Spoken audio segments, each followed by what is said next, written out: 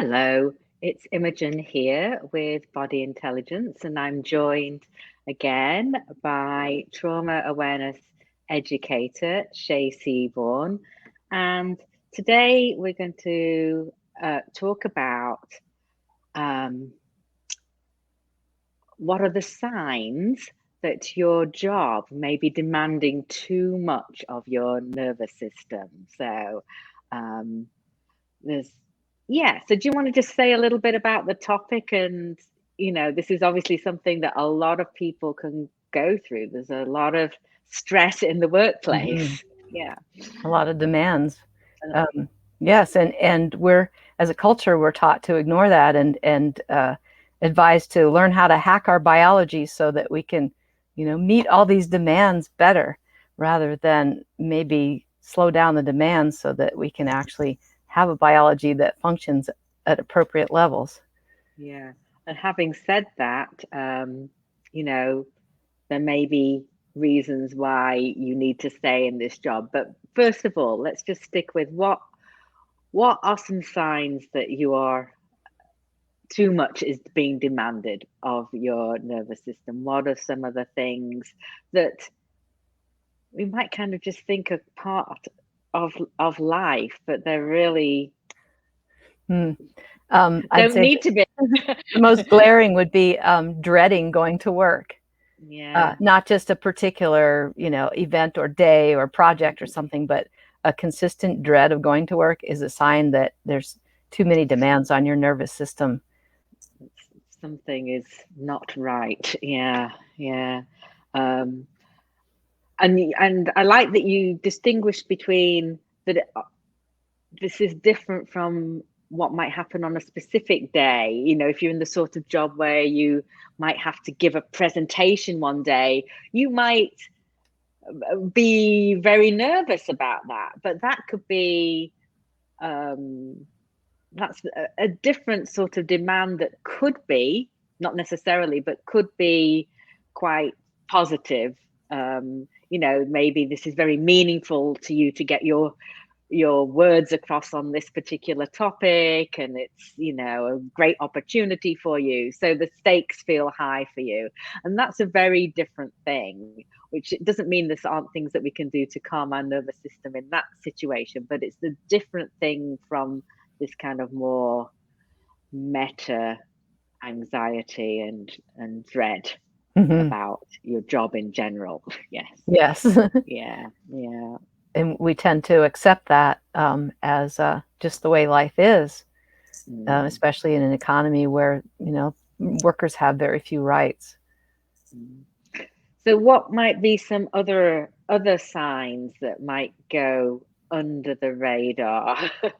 um, Um, well, frequent toxic stress, not like you said you were talking about, the kind that's actually really beneficial. You're stretching yourself, you're growing, and it's uncomfortable, but it's not painful and it's not yeah. harmful. But a So toxic that's that stress I is yeah. a very different. That's the type that demands too much consistently and doesn't build you up and stretch you. It actually pounds you down. Yes, because it's ongoing, right? It's Hmm. just Relentless, yeah, without a break to recover. overwhelm, burnout. Mhm. These are words that we hear all the time in Yes. connection with work. Yeah, and burnout means demands have exceeded the resources available, Yeah. and it's really an environmental problem. It's not an individual problem. The environment burns us out. We don't burn ourselves out.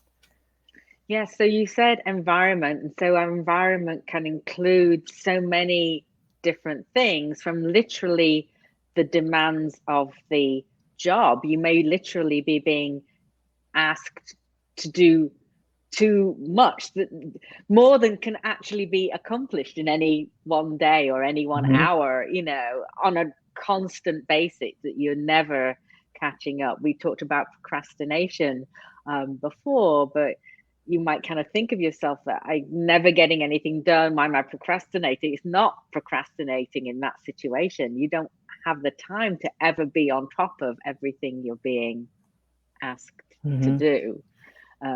But aside from the actual job itself the environment in which you do the job, which can be literally what the space is Mhm. that you're working in, from your co-workers to your boss to the whole culture of the company you work Mhm. for, And to even the hardware, like the HVAC system, and how much light, what kind of lighting, and whether you get natural light windows, or whether plastics are off gassing and there's enough air exchange. All that right. So affects our there's, nervous system too, even though we're generally not very conscious of it. We may go, oh, it's cold in here. But other than that, we don't really pay too much attention to those kind of qualities. And they do affect our nervous system. It is input. yes, all sorts of sensory input that could be sensory overload, Mhm. be too much of a demand on you. Um, Especially in um, open offices with telephones ringing and talking and computers making noise. That can be overwhelming too.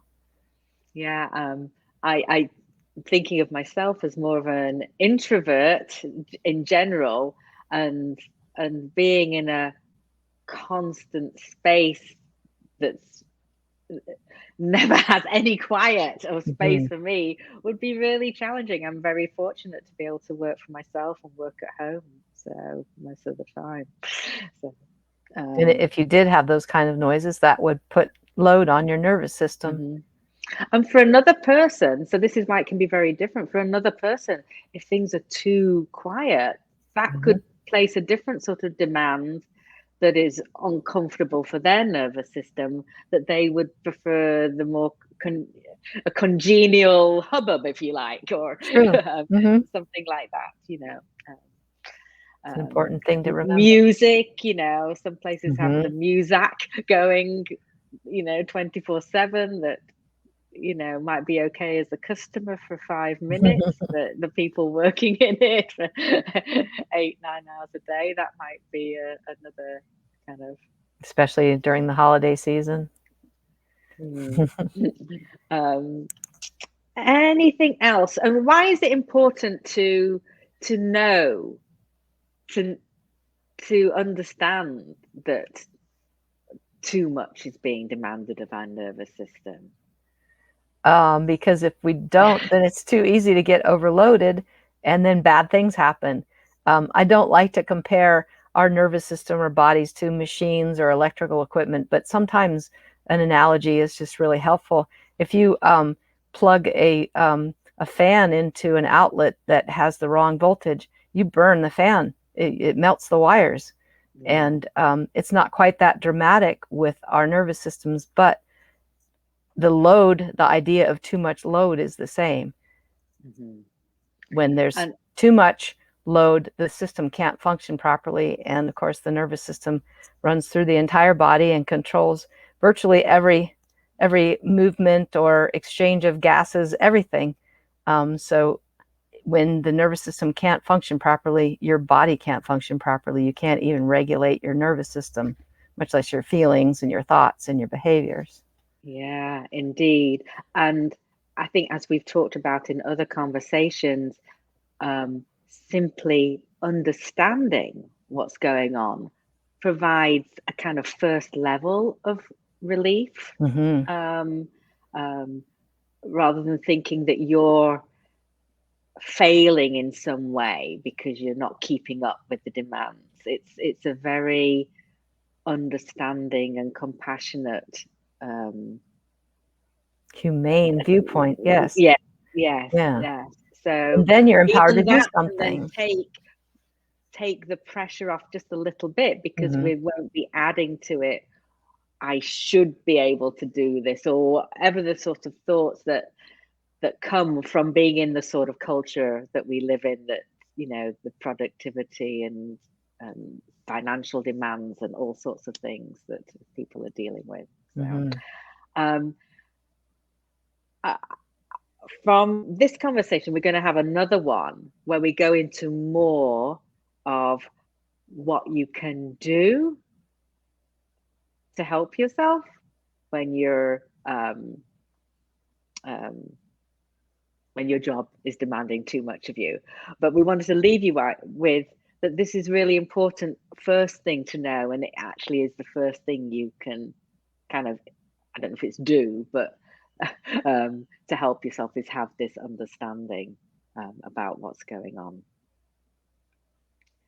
So half the battle. We will be back in the next day or so with kind of part 2 of this conversation of what you can do when your job is demanding too much of you. Any final words before we finish this conversation? No. No, that was a word. Anyway, no. Okay. All right. Let us know if you have any questions or anything you want to comment about, maybe from your own experience, your own job, or in the past. And we will be back with part 2 soon.